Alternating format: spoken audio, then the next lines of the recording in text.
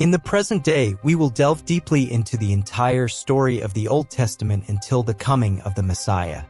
I believe that, by viewing the video to its conclusion, you will gain enlightenment from the sacred writings and develop a thorough understanding of the journey of the people of the Great Spirit. The epic commenced in the time before time, when only the Great Spirit existed. The Great Spirit is timeless, without a beginning, the maker of all things. The Great Spirit was not birthed, it is the creator of all, the eternal parent, a unique attribute of the Great Spirit. At the outset, the Great Spirit shaped the heavens and the earth. On the sixth day, the Great Spirit molded a being in its own image and likeness, and from this being, the Great Spirit created a companion. This being and companion, known as Adam and Eve, were formed as flawless, pure, and innocent entities, delighting in complete communion with the Great Spirit in the Garden of Harmony. Yet, they succumbed to wrongdoing, causing a descent into utter moral decay for all, as we were all united in Adam. Adam and Eve had two sons, Cain and Abel. Motivated by jealousy, Cain became the inaugural perpetrator of fratricide, taking the life of his brother. Later, they had another son, Seth, from whom emerged sacred descendants who turned their hearts toward the Great Spirit. However, malevolence and violence spread throughout the land, prompting the Great Spirit to decide on humanity's removal through a great deluge. Noah, a virtuous individual, was chosen, and the Great Spirit executed judgment through the flood, safeguarding Noah, his spouse, and his three sons, Shem, Ham, and Japheth, alongside their respective companions within the vessel they themselves constructed. Through the descendants of Noah, the Great Spirit initiated the resettlement of the land, giving rise to various nations. Shem became the forefather of the Semitic nations, Ham the originator of the African and Asian nations, and Japheth the progenitor of the European nations. Following this, the Great Spirit selected a family to forge the people destined to bring forth the promised Messiah into the world. Abraham was called upon, and he, leaving behind his homeland and kin, became a wanderer of faith, erecting altars to the Great Spirit wherever his journey led. Accompanied by his nephew Lot, Abraham embarked on his odyssey. Lot, in time, became the progenitor of two nations, the Ammonites and the Moabites. At the age of 75, the Great Spirit pledged to Abraham a son, the heir of the covenant, destined to be the father of a multitude and a source of blessings for all the families of the earth. After 11 years of anticipation, Sarah, skeptical of the divine promise, presented her servant Hagar to Abraham for the sake of having a son. Thus, Ishmael was born, evolving into the forefather of a vast nation, the Arab people, historical adversaries of the people of Israel. When Abraham reached the age of 99, the Great Spirit appeared once more, instructing him to exit his dwelling and count the stars in the night sky. It was then that the Great Spirit declared that Abraham's descendants would be as numerous as the stars and the grains of sand by the sea, but also foretold that his progeny would endure 430 years of servitude. The Great Spirit redefined Abram's name, signifying a great father, to Abraham, the father of a mighty nation. At this juncture, Abraham was 100 years old, and his spouse Sarah was 90. The divine promise materialized with the birth of Isaac. Isaac, in due course, wedded Rebekah, initially barren. After 2 decades of marriage, Rebekah experienced a miraculous healing, giving birth to twin sons, Esau and Jacob. Esau emerges as the forefather of the Edomites, while Jacob, whose name transforms to Israel in a profound moment of conversion, becomes the patriarch of the Israelites.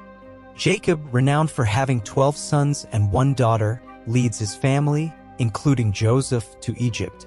Initially, their number was merely 70, but over the span of 400 years, this humble assembly experiences extraordinary multiplication. Under Moses' guidance, the Israelite community, now boasting a population of around 2 million, embarks on an incredible odyssey from Egypt to the Promised Land. However, what was meant to be a 3-month journey extends to 40 years due to the people's lack of faith. 10 spies returned from exploring the Promised Land with discouraging reports, sparking a rebellion against God and Moses. Feeling as small as grasshoppers before the giants of the land, they question the divine power, inviting severe consequences from God. Out of the 12 spies, only Joshua and Caleb, the faithful ones, are permitted to enter the promised land. The desert, where the Israelites wandered in circles for 4 decades, becomes a somber graveyard for an entire generation, except for the 2 individuals who steadfastly held onto their trust in God. Following these 40 years under Joshua's leadership, a 5-year phase of conquest unfolds. However, substantial land remains unconquered. Joshua, a servant of Moses, leads the people to the promised land through a divine calling and extraordinary empowerment. Upon Joshua's passing, a period of 330 years, known as the period of the Judges, commences. This era is marked by spiritual instability and fluctuations in the life of Israel. During this time, the Israelites do as they please, resulting in a hardening of their hearts. They face oppression from various adversaries due to their disobedience. During this time, the Great Spirit raised up esteemed leaders, including Gideon, Jephthah, Samson, and Samuel. After this extended period, a new era unfolded, the monarchy.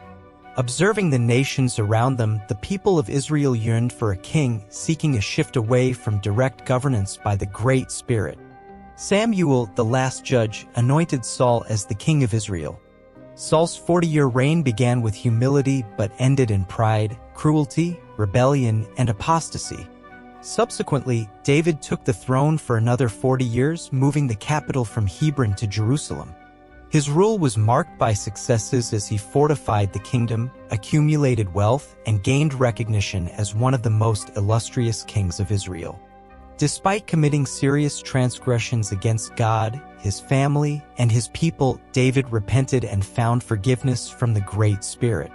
It was from David's lineage that the Messiah was born. After David's passing, his son Solomon ascended to the throne. Known for his pursuit of wisdom, Solomon built the temple in Jerusalem and enjoyed a period of peaceful governance. However, his many wives led his heart astray, and only in his later years did Solomon turn back to the Great Spirit, repenting for his mistakes. These 120 years constituted the United Kingdom, but each reign had its pitfalls. Saul succumbed to the allure of sorcery, David fell into the trap of adultery, and Solomon succumbed to the clutches of idolatry. The Great Spirit granted the people's wish for kings, but the consequences of this thoughtless choice were not ignored. After Solomon's passing, the kingdom fractured as his son Rehoboam dismissed the people's plea for relief from oppressive taxes. The excesses of Solomon's rule continued at the expense of the workers who rebelled during the power transition. 10 of the 12 tribes united against Rehoboam, following a new leader, Jeroboam, forming the northern kingdom with Samaria as its capital. This northern kingdom endured for 209 years, witnessing 19 kings from 8 distinct dynasties, none of whom were devout. All turned away from the Great Spirit, following the paths set by Jeroboam.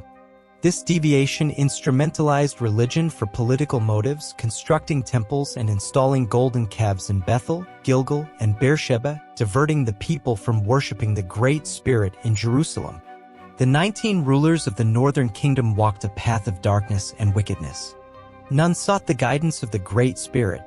In this time, the Great Spirit raised up bold prophets like Amos, Hosea, and Micah to call out the sins of kings and corrupt prophets and priests who were swayed by greed.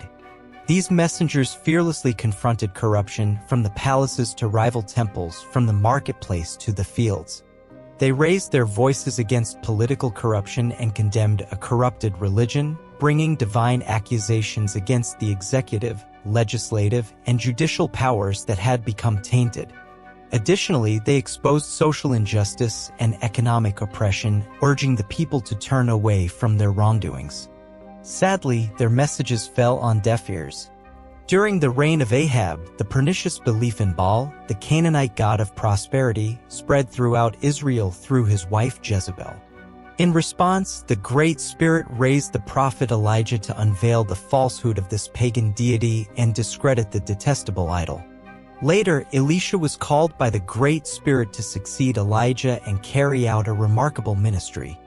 However, due to Israel's resistance to the voice of the Great Spirit, the Lord employed the language of discipline, bringing Assyria against the nation. Assyria, an expansive and bloodthirsty empire, served as an instrument of divine wrath, taking the people of the north into captivity. After conquering Israel, Assyria resettled a mix of other peoples to form a blended population known as Samaritans, who became adversaries of Judah. In the southern kingdom, consisting of the tribes of Benjamin and Judah, there were 20 rulers, some of whom were devout, like Asa, Jehoshaphat, Hezekiah, Jotham, Uzziah, Joah, and Josiah. When a righteous ruler governed, the nation prospered economically, morally, socially, and spiritually. Nevertheless, Judah, akin to Israel, became deeply corrupted, turning a deaf ear to the voice of the Great Spirit. To communicate with the people of Judah, the Great Spirit raised numerous prophets, including Isaiah, Micah, Joel, Zephaniah, and Jeremiah. The nation also faced divine discipline, falling into the hands of the Babylonian army. The southern kingdom, known as Judah, endured for 345 years. After 2 invasions, Nebuchadnezzar seized Jerusalem, razed its magnificent temple, and carried the people into captivity in Babylon, fulfilling the prophecy of 70 years of exile proclaimed by the Great Spirit through the prophet Jeremiah. During the time of captivity, the Great Spirit raised up prophets Jeremiah, Ezekiel, and Daniel. In those days, the people underwent purification from idolatry, and synagogues emerged. Following the predetermined period set by the Great Spirit, the people of Judah returned to their land, now under the rule of the Persian Empire led by Cyrus, as foretold by the Great Spirit 2 decades before Cyrus's birth. Cyrus liberated the Jewish people, paving the way for their return to the land of Canaan. The return unfolded in 3 phases, with Zerubbabel leading the reconstruction of the temple, Ezra guiding the teaching of the law, and Nehemiah overseeing the rebuilding of the walls and the political and spiritual restructuring of the people. At the outset of the temple reconstruction, the Jews encountered challenges with the Samaritans, who initially attempted to join the efforts to undermine them. When the Jews declined the partnership, the Samaritans resorted to threatening tactics. Later, the Jews were falsely accused by King Artaxerxes of plotting against the Persian Empire. This persecution halted temple work for about 2 decades. During this time, the people's devotion to God's house waned, with a greater focus on personal interests such as building and embellishing their own homes. The Great Spirit then raised up prophets Haggai and Zechariah to call the people to repentance. The messages of these prophets resulted in a swift and profound turning back to God, leading to an eager resumption of temple reconstruction. A significant spiritual revival ensued, bringing correction to families, restoration to the priesthood, and a genuine return to God. After approximately a century, a new generation emerged. However, despite attending the temple and making sacrifices, the people no longer revered God. They offered blind and sick animals as burnt offerings, showing disrespect to the Lord's table and deeming it unclean. The priests became corrupt, ceasing to teach the word of the God, leading to profound repercussions on families, including marriages crumbling and ending in divorce. The people lost faith in the Great Spirit's ability to judge them, becoming lax in returning tithes even though they continued attending the temple. In this setting, God raised up Malachi to call the people to repentance, marking the closure of the Old Testament approximately 400 years before the arrival of Christ. Following the prophet Malachi, a prolonged span of 400 years ensued, known as the interbiblical period or the period of prophetic silence. During this time, non-canonical historical and religious texts were authored, recognized as the apocryphal books. Additionally, the Old Testament underwent translation from Hebrew to Greek, resulting in the renowned Septuagint.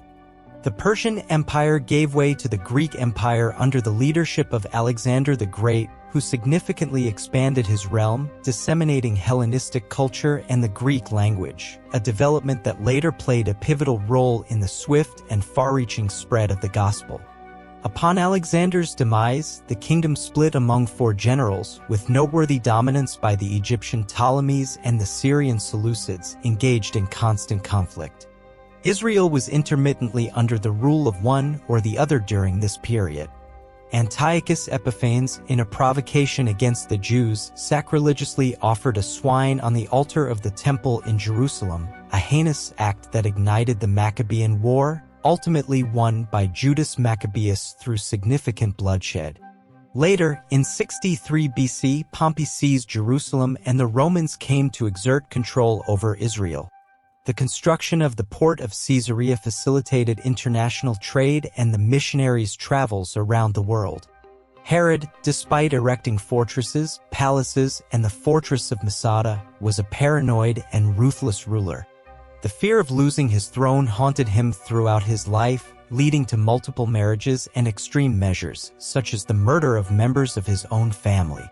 Caesar Augustus summoned him to Rome for his atrocities, and before departing, Herod had his wife Miriam executed, fearing conspiracies against him during his absence.